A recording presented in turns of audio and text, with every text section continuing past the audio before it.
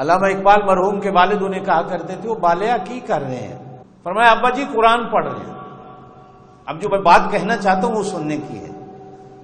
تو حالانکہ ابا ان پڑھ تھے، کہنے لگے بالیا قرآن پڑھ رہے ہیں، تیرے متھے تے پسینہ نظر نہیں آ رہا۔ تو حضرت علامہ اقبال مرحوم نے کہا ابا جی میں سمجھا نہیں۔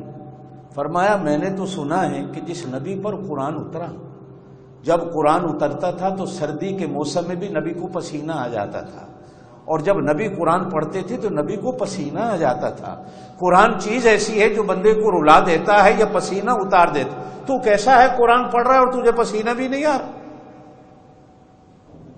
اور ایک جگہ 7ویں سپارے کی پہلی آیت ہے، فرمایا وَإِذَا سَمِعُوا، صحابہ کرام کی عظمت اور شان کو بیان کیا جا رہا ہے کہ جب وہ قرآن سنتے تھے تَرَىٰ أَعْيُنُهُمْ تَفِيضُ مِنَ الدَّمْعِ مِمَّا عَرَفُوا مِنَ الْحَقِّ، ان کی آنکھوں سے آنسو بہہ پڑتے تھے۔ میں ایک دفعہ، چونکہ آج کل میری حالت بھی ایسی ہوئی ہے، یقین جانے میں اکثر آپ حضرات بھی سنتے رہتے ہیں، میں قرآن پڑھ نہیں سکتا، کبھی کبھی بکا طاری ہو جاتا ہے، ایک دل کے اندر وجد اور رونا طاری ہو جاتا ہے، نماز کے اندر بھی رونا آ جاتا ہے کبھی کبھی۔ قرآن چیز ایسی ہے، اس لیے کہ جب قرآن سے لگاؤ ہوتا ہے تو قرآن یا تو پسینے بہا دیتا ہے یا آنسو بہا دیتا ہے۔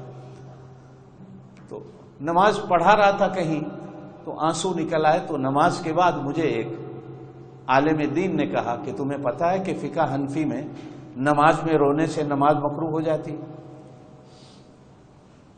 بلکہ کہیں کہیں تو لوگوں نے لکھا ہے کہ رونے سے وضو بھی ٹوٹ جاتا ہے۔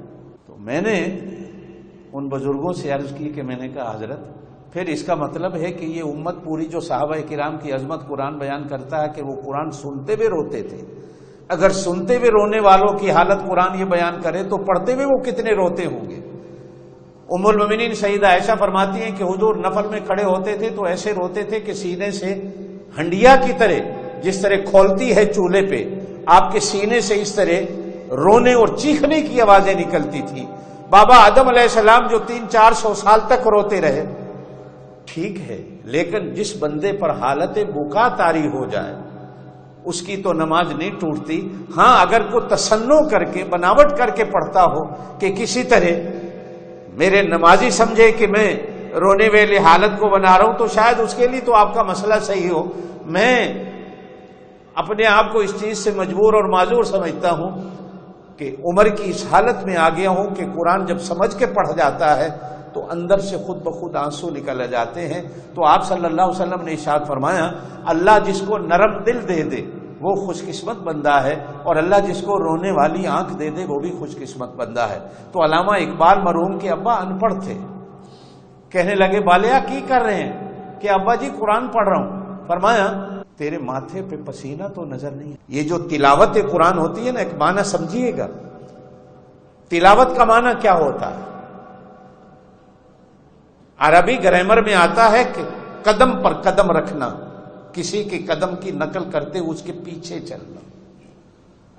قرآن پڑھنے والا گویا کہ قرآن کے پیچھے چل رہا ہوگا، قرآن پڑھنے والا گویا کہ قرآن کے قدموں پہ اپنے قدم رکھ رہا ہوتا ہے، قرآن پڑھنے والا گویا کہ قرآن کے ورقوں کو اپنے سینے میں جگہ دے رہا ہوتا ہے، قرآن کی باتوں کو اپنے سینے میں جگہ۔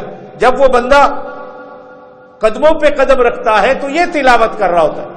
بعد میں کہا جاتا ہے کہ علامہ اقبال کبھی قرآن پڑھتے تھے تو ان کے مصلے کو بھی دھوپ میں سکھایا جاتا تھا، یا کبھی کبھی کہا جاتا ہے کہ ان کے وہ جو کندھے پہ کو رومال رکھ لیتے تھے تو اس کو بھی ایسے نچوڑ کر اس کے اندر سے آنسو نکالے جاتے تھے پھر قرآن پڑھنے کے۔ حالانکہ یہ کوئی عالم نہیں تھے، ایک مفکر، ایک شاعر انسان تھے، لیکن قرآن کے ساتھ جب کسی کو عشق ہو جاتا ہے